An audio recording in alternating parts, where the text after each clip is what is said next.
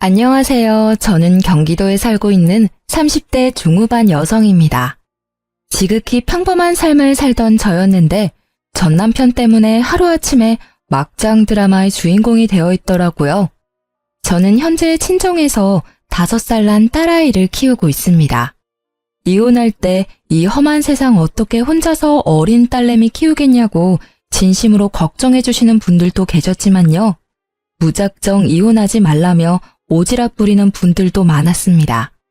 웬만해서는 이혼하지 말고 꾹 참고 살지 그랬냐고 말씀하시던 분들은 결국 나중에 제 이야기를 듣고 나면 이혼 너무 잘했다고 박수를 쳐주십니다.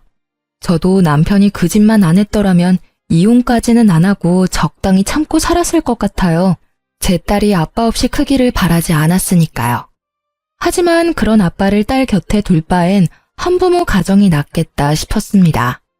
사실 망설이다 사연 보내게 된 이유도 저도 사람인지라 제 이야기를 여러 번 하기 힘들기 때문입니다. 과거의 기억을 계속 끄집어내면 그때의 감정이 되살아나 너무 힘들어요. 전 남편과 사내 부부였기에 제 이혼은 더욱더 사람들의 관심 대상이었어요. 아직까지도 가까운 동료들 말고 그 외의 사람들에게 왜 이혼했냐, 딸 있는데 어쩌다 이혼했냐 이런 말들을 가끔 들어요. 그래서 앞으로는 링크 보내주면서 제 사연이라고 간단하게 말하고 싶어서 이렇게 사연 보내게 됐습니다. 읽어주실지는 잘 모르겠습니다만 제 이야기 한번 솔직히 털어놓을게요. 앞서 말했듯이 저와 전 남편은 사내 부부였습니다. 남편도 저도 아주 평범한 회사원이었죠. 다만 저는 과장으로 승진할 때 남편은 여전히 평사원이었어요. 남편은 평소에 일과 명예에 대한 욕심 같은 건 그다지 없는 사람이었습니다. 그냥 주어진 일만 잘해내자 하는 스타일의 사람이라 승진을 욕심내거나 모험 같은 건 하지 않았던 거죠. 반면에 저는 남들 쉴 때 하지 않아도 될 일까지 더 많이 일했어요.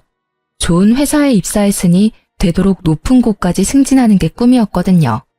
그랬던 제 욕심이 결국 어린 나이에 과장까지 될 수 있게 만들었죠. 시어머니는 맛있다고 꽤 소문나 있는 한정식 집을 시아버님과 운영하고 계셨습니다. 남편 집안도 평범한 편이었는데 한 가지 너무 스트레스였던 게 있었어요. 결혼 전에는 몰랐는데 결혼 후 그 점이 엄청 두드러지더라고요. 바로 요즘 세상이 어떤 세상인데 시골 사람인 시모는 너무나 지독한 남아 선호 사상을 가지고 계셨습니다. 아가, 넌 다른 거 다 필요 없고 그냥 아들만 낳으면 돼. 네? 아들이 최고야. 지금은 잘 모르겠지? 근데 나중에 알게 돼. 안 그래요, 여보? 그렇지. 아무렴 아들이 최고지. 저는 만약 애를 낳아도 성별 상관없이 똑같이 사랑스러울 것 같아요. 그리고 아기 성별이 뭐 제 마음대로 되는 게 아니니까요. 시부가 평소에도 시모한테 잡혀 살고 있어서 그런지 몰라도 언제나 어머님 옆에서 듣기 좋은 맞장구만 치셨습니다.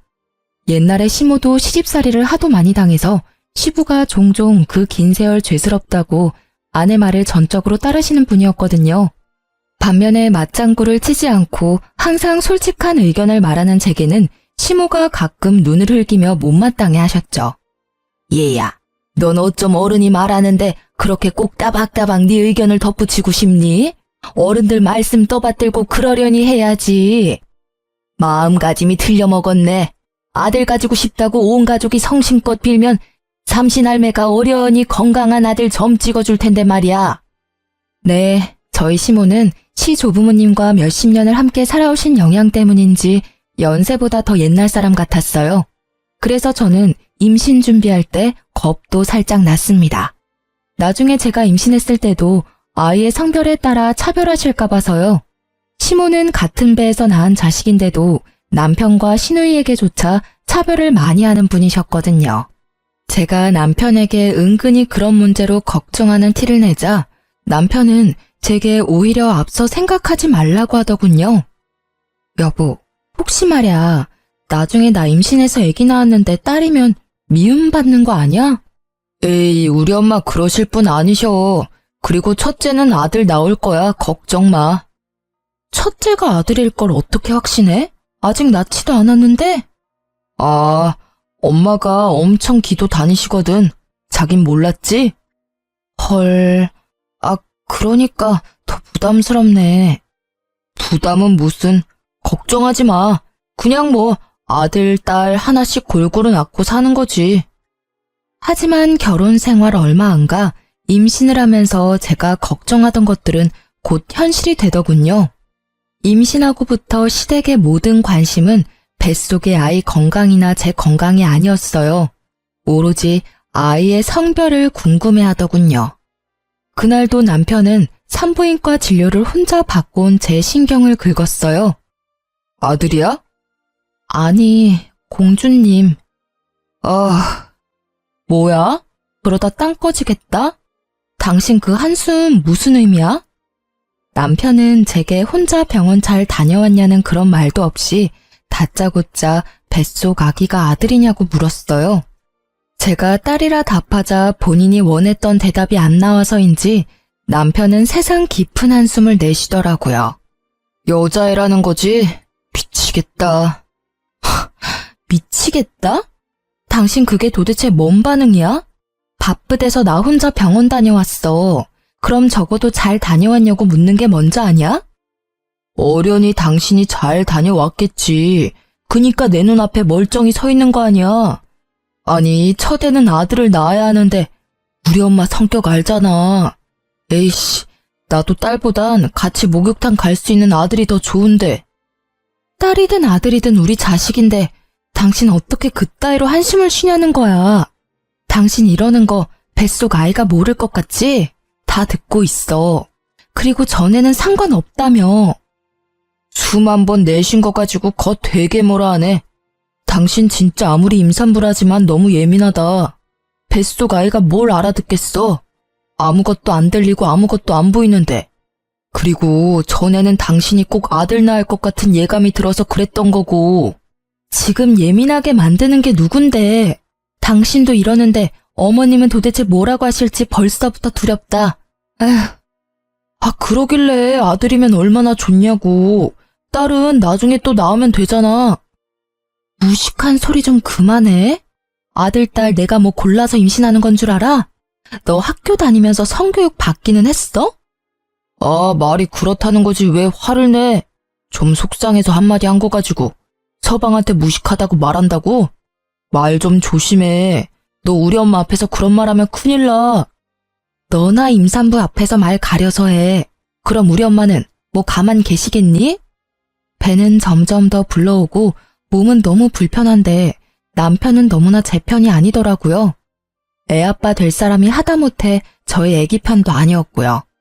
그렇게 저는 대판 싸우고 남편과 각방을 썼습니다.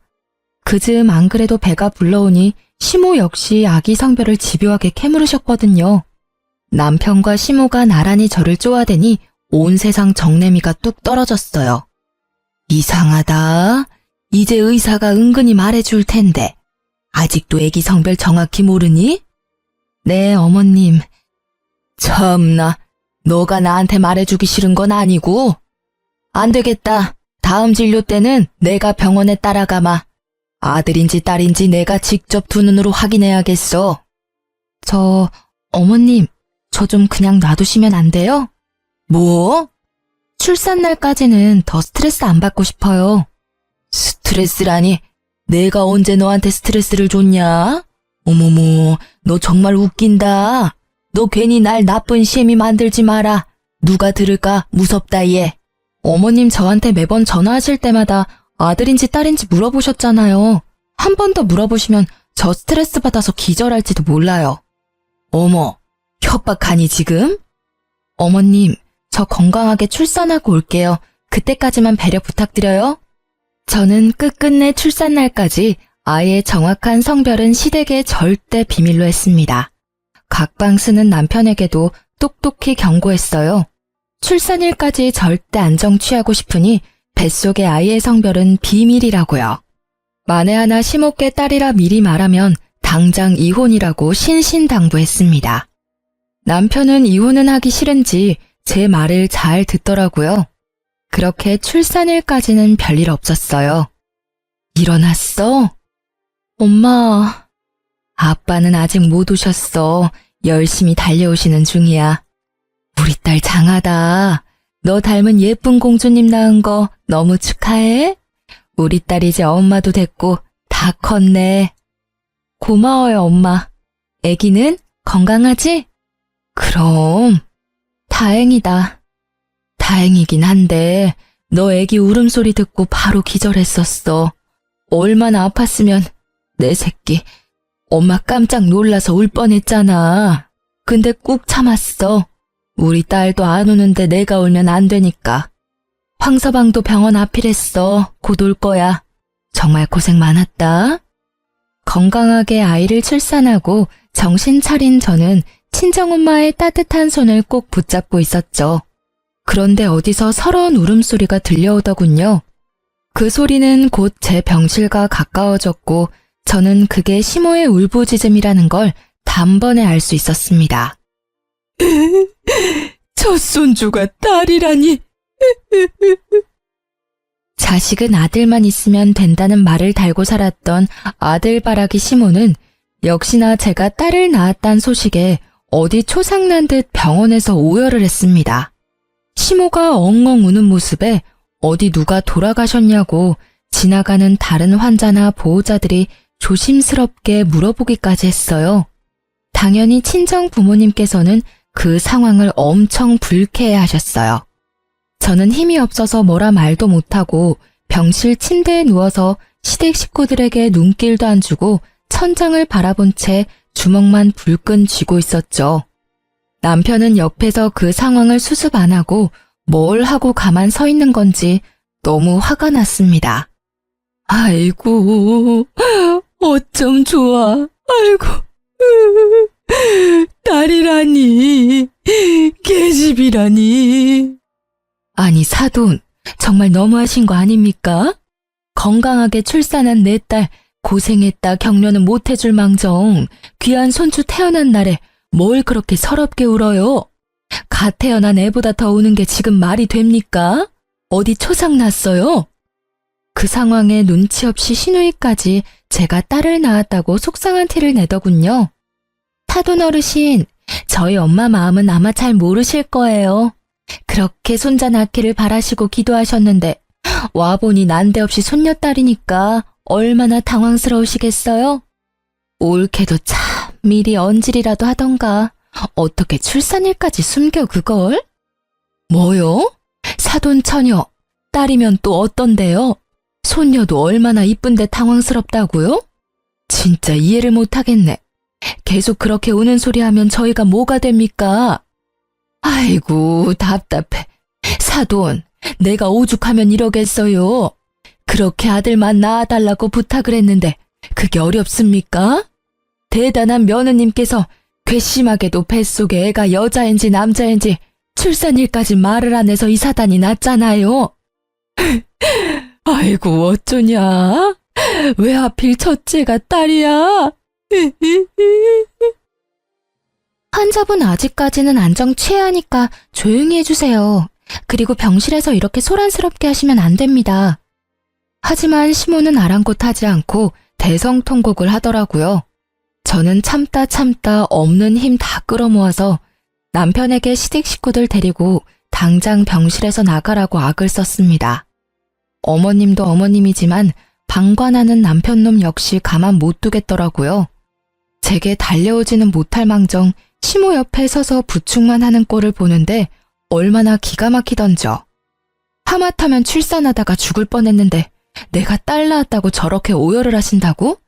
야, 내가 왜 너랑 결혼해서 이런 꼴을 봐야 해? 애초에 결혼 전에 아들 낳아야 한다고 조건을 걸지 그랬어. 내가 왜 우리 딸 태어난 소중한 날에 초상집 온 기분을 느껴야 해? 말 가려서 해. 지금 힘든 건 알지만 우리 엄마도 마음 안 좋은데 그렇게 말해야 해. 야, 울고 싶은 건 나야. 정신 차려. 어머님, 울고 싶은 건 저예요. 그렇게 바라던 아들은 어머님께서 아버님이랑 노력해서 한 명 더 낳으시던가 하세요. 야, 이 한심한 놈아. 이 사단이 났는데도 멀뚱히 지켜보기만 해? 너 당장 네 엄마랑 네 누나 데리고 너네 집으로 가. 꼴도 보기 싫으니까.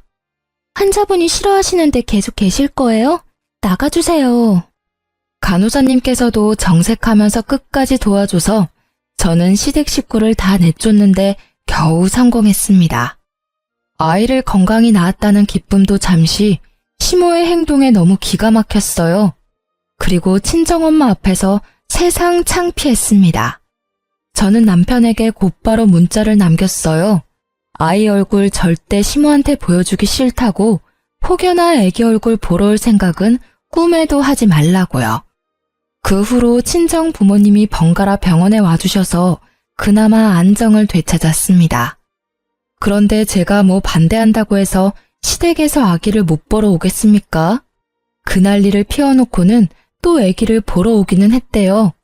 친정 부모님 말씀으로는 남편은 다리에 힘이 풀려서 주저앉아서 기뻐하며 울었답니다. 막상 지 눈으로 자기 새끼 보니 감격스러웠겠죠.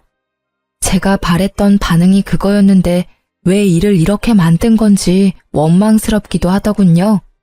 그리고 시모와 시누이는 저와 남편 적절하게 반반 섞여서 너무 귀엽고 사랑스럽다며 한참을 자리를 뜨지 못했다고 합니다. 친정엄마께서 그 모습을 직접 보는데 어이가 없으셨대요. 그렇게 좋아할 거면 그날 왜 그리 모질게 행동했는지 이해가 안 되신다고요. 저는 병원 퇴원하는 날까지 남편 놈과 시댁 식구들은 절대 보기 싫다 했어요. 이미 남편은 매일같이 사죄의 연락이 왔어요.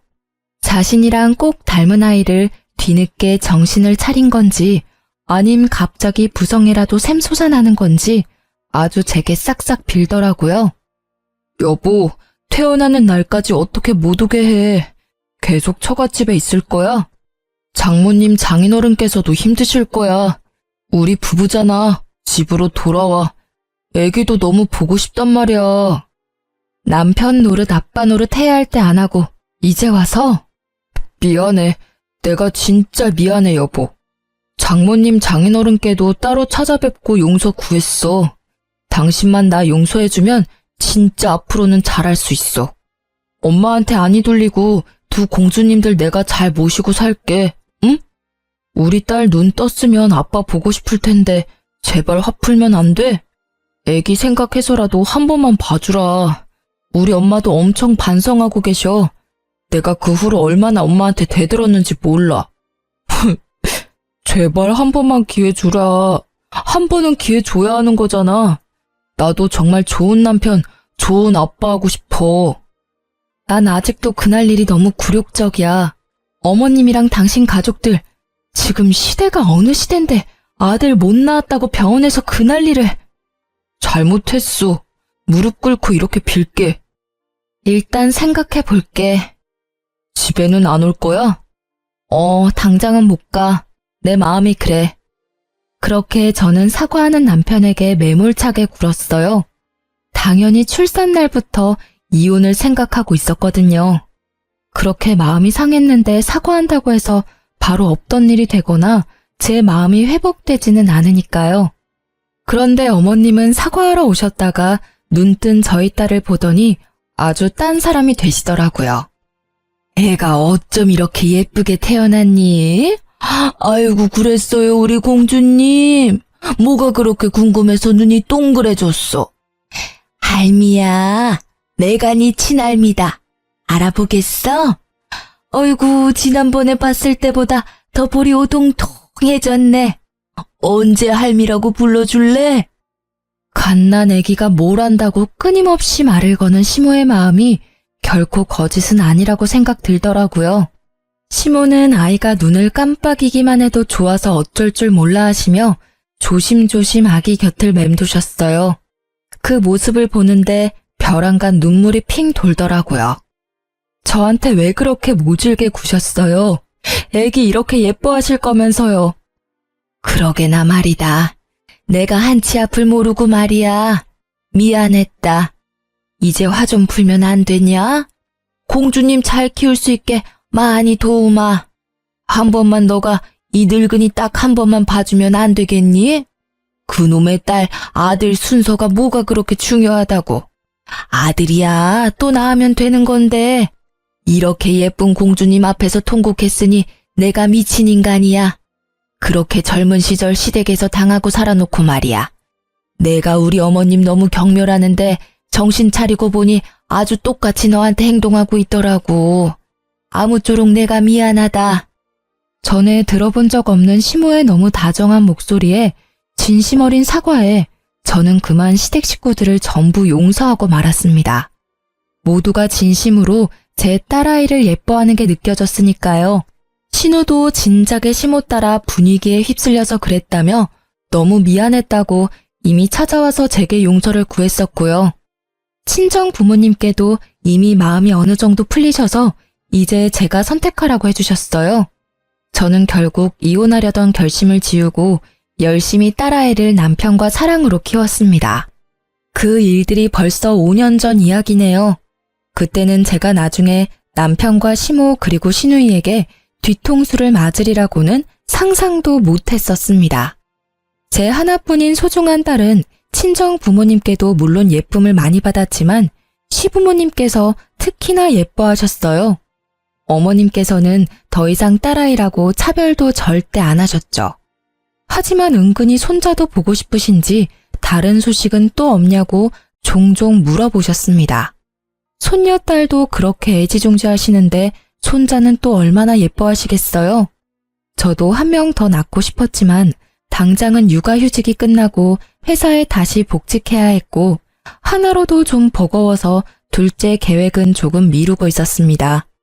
그러다 첫째가 어느 정도 자라니 마음의 여유가 생기더군요. 남편은 연차가 쌓여 연봉 협상도 새로 하고 저도 과장까지 진급하니 이제 둘째를 마음 놓고 가져도 되겠다 싶었어요. 그런데 막상 계획이 생기고 남편과 노력했지만 이상하게 아이가 안 생겼어요. 꼭 아들을 가지고 싶다기보다 딸이든 아들이든 상관없이 둘째를 만들고 싶었던 건데 임신이 너무 안 되니까 걱정이 되더라고요. 고심하다 산부인과에 갔는데 제 자궁 상태가 안 좋다는 의사의 소견을 받게 됐습니다. 여보, 나 더 이상 임신은 힘들 것 같대. 우리 어떡해? 그게 무슨 소리야? 저는 둘째를 못 가진다는 슬픔도 물론 엄청났지만 여자로서도 끝난 것 같다는 마음도 괜시리 들어 엄청 우울했어요. 정말 위로받고 싶었는데 제게 은근히 쌀쌀맞게 대하는 시댁 식구들과 남편의 태도에 또 한 번 상처를 받았습니다. 당신 말야, 나랑 결혼한 이유가 뭐야? 아니, 어머님 아버님께서 우리 결혼 허락한 이유가 뭐야? 나 무슨 애 낳으려는 도구로 들이신 거야? 아니잖아. 근데 어떻게 나 애 못 낳는다는데 내가 아프다는데 위로는커녕 다들 사람 취급을 안 해? 내가 무슨 잘못을 했다고? 잘못을 안 했어. 당신이? 진짜 몰라서 물어? 당신이 평소에 몸 관리를 잘했어야 하는 거 아니야. 그러게 애 낳고 내가 좀 쉬라고 했었잖아. 말 안 들은 건 당신이야. 워킹맘 뭐 아무나 해? 기어코 과장까지 달더니 자기 몸 관리는 엉망진창. 나는 태어나지 못한 우리 아들이 너무 불쌍해. 내가 그렇게 노력한 이유가 뭔데? 다 우리 가족을 위해서였잖아. 둘째까지 키우려면 네 월급 내 월급 해도 택도 없으니까. 너가 적게 버니까 나라도 더 벌자고 생각했어. 그게 그렇게 잘못한 거야? 꼭 그렇게 내 가슴에 비수를 꽂아야겠어? 지금 당신만 슬퍼? 나는 안 슬프겠어? 이제 네 몸 아픈 걸 내 월급 탓하는 거야? 너 잘났다. 지겨워 정말. 제가 속상한 마음을 토해냈지만 남편은 여전히 냉담했고 이제 사과도 안 하더군요. 결국 저희는 그렇게 별거 아닌 별거를 하게 됐습니다. 저희는 같은 회사라도 제가 진급하면서 다른 부서로 옮겼거든요. 회사에서 얼굴 보기도 힘든데 남편은 툭하면 시댁에서 자고 온다고 일방적으로 연락이 왔어요. 저는 저대로 상처받아서 그런 남편을 내버려뒀어요. 그나마 시누이와 시모께서는 더 이상 저를 예전처럼 구박하거나 긁지는 않으셨어요. 같은 여자라서 저를 남편보다 이해해 주시나 싶었어요. 예전같이 아들 타령도 절대 하지 않으셨습니다. 그러다 저는 결국 남편에게 먼저 손을 내밀기로 생각했습니다. 시간이 지날수록 딸아이가 아빠는 왜 따로 사냐고 묻기 시작해서요. 눈에 넣어도 안 아플 제 소중한 딸을 위해서 남편과 더 늦기 전에 관계를 회복하고 싶었어요. 물론 남편이 여전히 미워 죽겠는 건 변함없었습니다. 하지만 아내로서 말고 엄마로서 가정을 지키고자 했어요. 딸은 아빠가 집에 오지 않자 주말 중 하루는 남편을 보러 시댁에 가서 자고 왔습니다. 어련히 시부모님께서 손녀를 잘 챙겨주시는 걸 알지만 그래도 딸이 뭐 하는지 궁금해서 전화를 하고는 했어요. 전화 안 해도 된다. 아주 잘 지내고 있단다. 걱정하덜덜 말어. 아빠 얼마나 보고 싶었으면 애가 바로 안기더라. 애도 아빠랑 노느라 바쁘니까 이렇게 자주 전화로 안 물어도 된다. 알겠니? 하지만 제가 굳이 바꿔달라 해도 애가 놀고 있다 하거나 잔다고 바꿔주지 않으셨어요. 그래서 시댁에 맡기는 날은 그냥 애가 아빠랑 잘 지내고 있구나 생각하고 말았죠. 그런데 어린 딸이 시댁에만 갔다 오면 신우를 이모라고 부르는 겁니다. 엄마, 이모가 머리 묶어줬어요. 아이고, 그랬어? 근데 이모가 아니라 고모라고 해야지. 아니야. 제가 딸에게 이모가 아니라 고모라고 수정해줘도 딸은 고집 부리며 끝내 고모를 이모라고 부르더라고요. 그냥 아이의 말실수라고만 생각했습니다. 그날도 저는 주말이 되어 딸을 시댁에 데려다주고 오는 길이었어요. 딸이 좋아하는 애착 인형이 차 시트에 빠진 걸 보고 또 난리 나겠다 싶어 아무 생각 없이 바로 차를 돌려서 시댁에 갖다 주러 갔죠.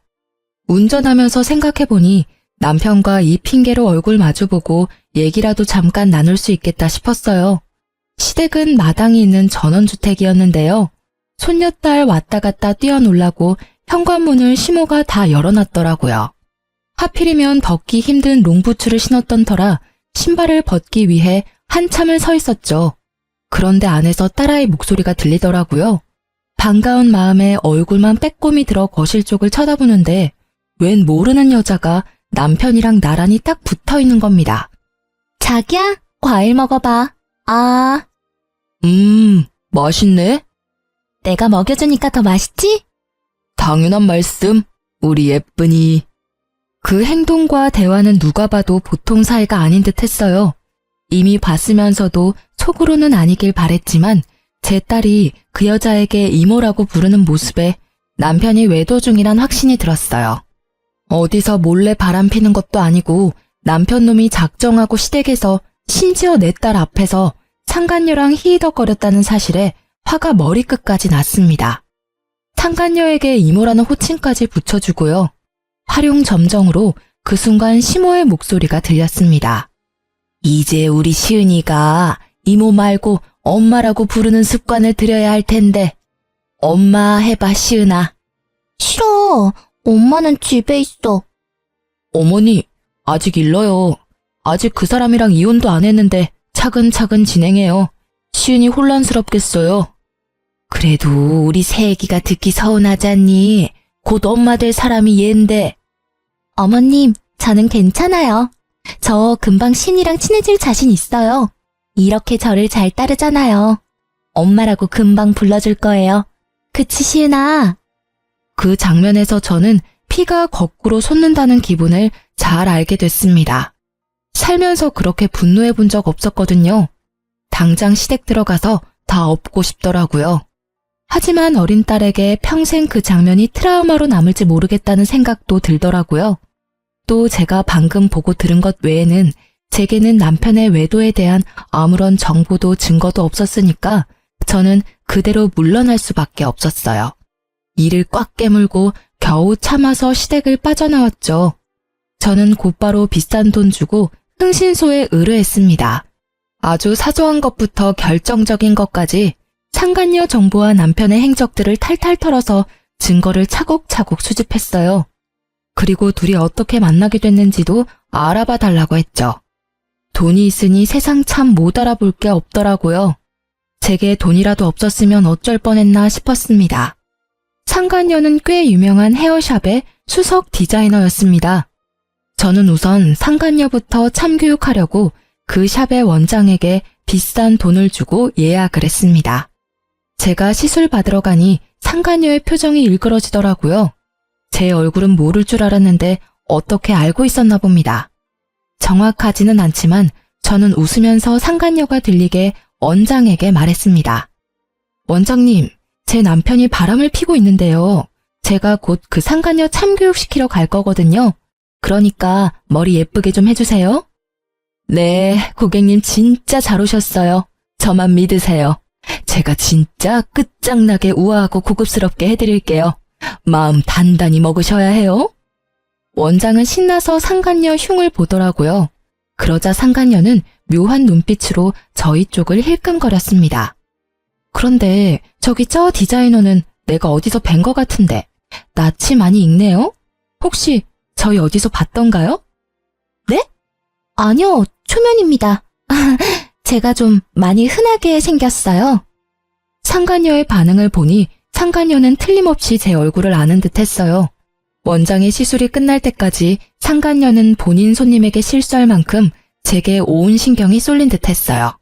아, 죄송합니다. 뜨거우셨죠? 아니, 오늘 왜 그래 너? 정신 어디다 두고 왔어? 오늘 좀 일찍 퇴근해도 될까요? 몸이 안 좋아서요. 실수를 타박하는 원장에게 몸이 아프다며 미꾸라지처럼 빠져나갈 궁리를 하더라고요. 그걸 저는 가만둘 수 없었죠. 원장은 제게 복수 잘하라며 정말 예쁘게 시술을 해주고 있었고 저는 대뜸 벌떡 일어나서 상간녀에게 다가갔어요. 아직 안 끝나셨는데? 고객님, 혹시 화장실 가고 싶으세요? 원장이 부르는 소리를 무시하고 저는 상간녀에게 다가가 물었어요. 어때요? 엄청 예쁘세요. 저희 원장님 정말 잘하시죠? 그럼 이건 어때요? 저는 상간녀의 뺨을 있는 힘껏 내리쳤습니다. 고객님, 왜 이러세요? 상간녀는 그러고도 한참 아무 말을 못하더라고요. 그녀만 뺨 맞은 이유를 알고 있으니 원장은 자기 직원 보호하겠다고 감싸더군요. 웅성거리는 소리는 전부 저를 향해 있었습니다. 뭐야? 저 여자 갑질하는 거 아니야? 직원 뺨을 갑자기 왜 때려? 얼른 경찰 불러야. 저는 그때 모든 사실을 폭로했습니다. 나쁜 건 제가 아니라고요. 너 내 남편이랑 바람난 것도 모자라서 감히 내 딸까지 뺏어가려 해? 네가 인간이야? 이 욕정의 눈이 먼 짐승아. 이렇게 번듯하고 멋있는 샵에서 일하면 뭐하니? 네가 인간이 덜 됐는데. 상간녀는 제 말이 끝나자마자 울면서 무릎 꿇고 싹싹 빌더군요. 언니, 잘못했어요. 여기서 이러지 마세요, 네? 가게 피해주지 말고 나가서 이야기하면 안 될까요? 언니라니 누가 네 언니야. 가증스러워, 더러워. 피해? 네 입에서 나올 말이야 그게? 내 인생에 피해준 건 어떻게 보상할 건데? 사모님, 제가 다 말씀드릴게요. 제발요. 나가주세요. 손님, 아까 말씀하셨던 바람났다는 여자가 저희 직원인가요? 네, 그래서 내가 여기까지 비싼 돈 주고 시술 받으러 왔죠. 소란 피워서 죄송해요. 오늘은 일단 갈게요. 너 내 남편한테 연락하지 말고 가만히 쥐 죽은 듯이 내 연락 기다려. 그렇게 상간녀 쪽만 주고 나오려고 했는데 상간녀는 울면서도 저를 끝까지 따라오더군요. 제발 하라는 대로 할 테니 제 직장만 건드리지 말아주세요. 여기 다시는 찾아오지 말아주세요. 제발 어디도 소문내지 말아주세요. 그러면 제가 다 협조할게요. 네? 너 지금 나한테 명령하니? 협박해? 부탁드리는 거예요. 정말 여기 제 전부예요. 너도 내 전부를 가져가려고 했잖아. 내 남편이랑 같이 내 딸 훔치려고 했잖아. 그건 진짜 죽을 죄를 지었어요.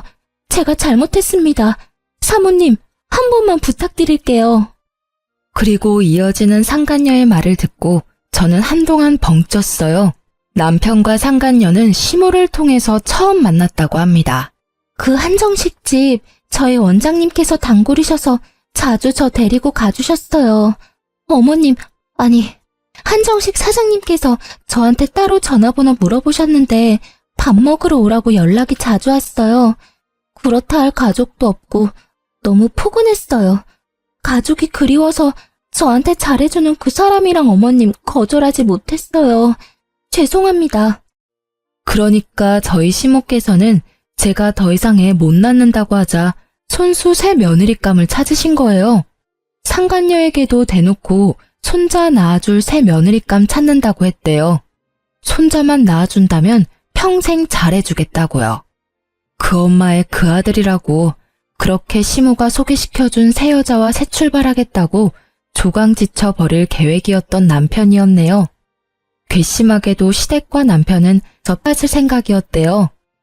저 이제 다 말씀드렸으니까 더 이상 여기 안 찾아오실 거죠? 내가 왜 네 말을 들어줘야 하니? 뭐 하긴 나한테 위자료 주려면 너 열심히 일해야겠다. 저 뭐든 다 할게요. 제 커리어만 건드리지 말아주세요. 네? 자기 커리어는 소중하고 남의 인생은 소중하지 않은지 어이없는 상간녀의 태도에 저는 재미있는 계획을 세웠습니다. 너 방금 뭐든 다 한댔지? 네, 뭐든요. 저는 회사 미팅 시간에 상간녀를 초대했습니다. 지금 생각해보면 저까지 회사 잘릴 위험이 있던 거였는데 그때는 복수에 눈이 멀고 정말 절박했었나 봐요. 상간녀는 아무것도 모른다는 얼굴로 저희 회사에 찾아와서 남편 이름을 대며 남편을 찾았습니다. 황주성 씨 어디 계세요? 누구세요? 황주성 씨 여자친구요. 누구냐고 묻는 직원들에게 상간녀는 당당히 여자친구라고 말했습니다. 회사에 와달라고만 했지 그런 건 시키지도 않았는데 상간녀는 알아서 남편을 골탕 먹이더라고요. 전체 미팅이라 여러 부서가 모여 있었는데 대부분 저희가 부부라는 걸 알고 있는 분들이셨죠. 직원들은 순간 제 눈치도 보고 경멸의 눈빛으로 남편 놈을 쳐다봤습니다. 아무것도 모르고 남편 놈은 걸어오다가 상간녀 보고 귀신 본 듯이 놀라더군요. 네가 여기 어떻게... 자기야, 도대체 이혼을 언제 한다는 거야? 내가 언제까지 기다려야 해? 마누라랑 이혼할 마음은 진짜 있긴 한 거야? 주성 씨, 나 가지고 논 거야? 자기 부인 이제 애 못 낳는다며. 나보고 아들 낳아달라고 했으면서 왜 자꾸 이혼을 미뤄? 상간녀의 연기에 저는 빵 터졌어요. 그 상황은 연기였지만 그 말들은 전부 사실이었으니까요. 저는 그대로 남편 놈에게 다가갔고 남편은 아니라고 뒷걸음질 쳤어요. 여보, 그런 거 아니야. 누가 좀 저 미친 여자 당장 나가라고 해요. 난 모르는 여자거든요. 모르는 여자라니 섭섭하겠다. 네 애인이잖아. 시댁에 꽁꽁 숨겨두고 주말마다 내 딸 불러서 상간녀한테 엄마라고 부르게 했잖아. 내가 모를 줄 알았어? 당신 다 알고 있었어? 설마 쟤 여기 부른 거 당신이야? 회사에서도 딴 살림 차리고 싶어서 네가 부른 거 아니고? 난 모르는 여자라니까. 저는 이미 남편 몰래 미팅 준비하는 척하며 그의 핸드폰을 가져가서 남편 톡 프로필 사진을 상간녀와 아주 다정하게 찍은 사진으로 해놨었습니다. 회사 직원들은 물론이고 이미 사진 본 지인들은 미친 듯이 연락 오고 난리 난 상태였죠. 남편 놈에게 핸드폰을 돌려주니 경악하더군요. 야, 진짜 이게 다 네가 벌인 짓이야? 감히 회사에서 이런 장난질을 해? 사진도 바꿔놓고 아주 나 엿먹으라는 거지? 아니, 이건 내가 벌인 짓이 아니라 네가 내 뒤에서 벌인 짓이지. 바람핀 것도 모자라서 감히 내 딸 시은이까지 나한테서 뺏으려 했어? 저는 업무 파일을 들고 그 모서리로 기분 나쁘게 남편 놈의 머리를 콩콩 찍어줬습니다. 당장 아작내고 싶은데 내가 너보다 직급이 높아서 참는다. 과장이라 참는 거야. 황주성 사원, 빨리 저 여자 데리고 나가. 회사 분위기 엉망으로 만들지 말고. 남편 놈은 분해서 어쩔 줄 몰라 하며 개거품 무는 모습에 저는 너무 통쾌했습니다. 야, 네가 어떻게 이래? 쪽을 줘도 이렇게 주냐? 저는 침착한 반면에 남편이 발악을 하니 주변 남자 사원들은 저를 보호해주더군요. 뒤늦게 나타난 부장은 회사에서 이게 무슨 짓이냐고 상간녀 데리고 나가라고 남편에게 소리쳤어요. 남편에게 회사에서도 조치를 취하겠다고 일침을 날리셨죠. 물론 저도 어느 정도 징계는 받을 거라 생각했습니다. 그렇게 울그락불그락 하는 남편에게 상간녀는 머리에 꽃다네처럼 팔짱을 끼자 남편은 상간녀의 뺨을 내려치고 씩씩거리면서 나갔어요. 상간녀는 제게 아련한 눈빛으로 이 정도면 됐냐고 묻는 듯 했습니다. 그 후로 남편은 불륜으로 큰 무리를 일으켜 권고사직 권유받았어요. 왜 과장이 벌인 일에 본인이 피해받아야 하냐고 남편은 부장님이랑 싸웠답니다. 부장님이 남편한테 바람을 과장이 피웠냐고 역으로 질문하셨대요. 그러자 전 남편 놈은 한마디도 대답 못했다고 하더라고요. 바람 핀 놈이 더 성낸다며 부장께서 더 회사 어지럽히지 말고 알아서 퇴사하라 하셨습니다. 남편 놈은 정말 가관인 게 제 발로 퇴사해놓고 상간녀 직장에 가서 똑같이 난동을 부렸대요. 왜 자기 배신했냐고요. 소문 들어보니 상간녀는 참지 못하고 맞서서 당신 때문에 상간녀 소송당해서 위자료 물어야 한다고 개싸움을 했다고 합니다. 제가 다녀간 후로 그 샵의 원장이 상간녀 일 잘한다고 쉬쉬하려고 했다는데 그 일로 결국은 상간녀는 샵에서 잘렸다고 합니다. 둘 다 자업자득이죠. 저는 상간녀가 그나마 제게 협조를 잘해줘서 이혼 소송도 이기고 위자료를 받았어요. 양육권도 당연히 제가 가지게 됐습니다. 한동안 전 시모는 손녀딸도 못 봐서 우울하다고 우는 소리 하면서 연락이 왔어요. 그 사단을 만든 게 본인이면서 다시 합치라고 하는 전 시모의 말에 어이가 없었습니다. 내가 요즘 일도 손에 안 잡혀. 우리 공주 못 본 지 너무 오래됐잖아. 너희가 이혼했어도 우리는 여전히 가족이잖아. 응? 가족이요? 쓸모없어지니 뒤통수 치고 버리라고 한 게 가족인가요? 어머님 참 뻔뻔하시네요. 저희 가정 풍비박산 난데에는 어머님이 가장 공 크시잖아요. 이젠 이혼도 했으니 당당하게 새로운 며느리감이나 또 찾아보세요. 꼭이요. 이번엔 손자 꼭 얻으세요. 저는 친정 부모님이랑 제 보물 같은 딸과 현재 잘 지내고 있습니다. 파란만장했던 결혼 생활 때문에 더 이상 재혼은 없을 것 같아요. 그냥 일하는 재미와 딸 키우는 재미로 이번 생은 만족하려 합니다. 사람의 욕심은 끝도 없다죠. 결국 시모의 손자 욕심, 남편의 아들 욕심이 이 처참한 결과를 만들었다고 생각해요. 전 남편과 전 시모를 보면서 하나 깨달은 인생 교훈은요. 누군가의 뒤통수를 치면 곧 그게 부메랑이 되어서 다시 본인에게 날아온다는 거예요. 친절과 선행은 베풀지는 못해도 악행과 배신은 살면서 절대 하지 말아야 해요. 저도 착하지는 못해도 남들 피해 안 주며 정직하게 딸아이 열심히 키우도록 하겠습니다. 지금까지 제 긴 사연 들어주셔서 너무나 감사합니다.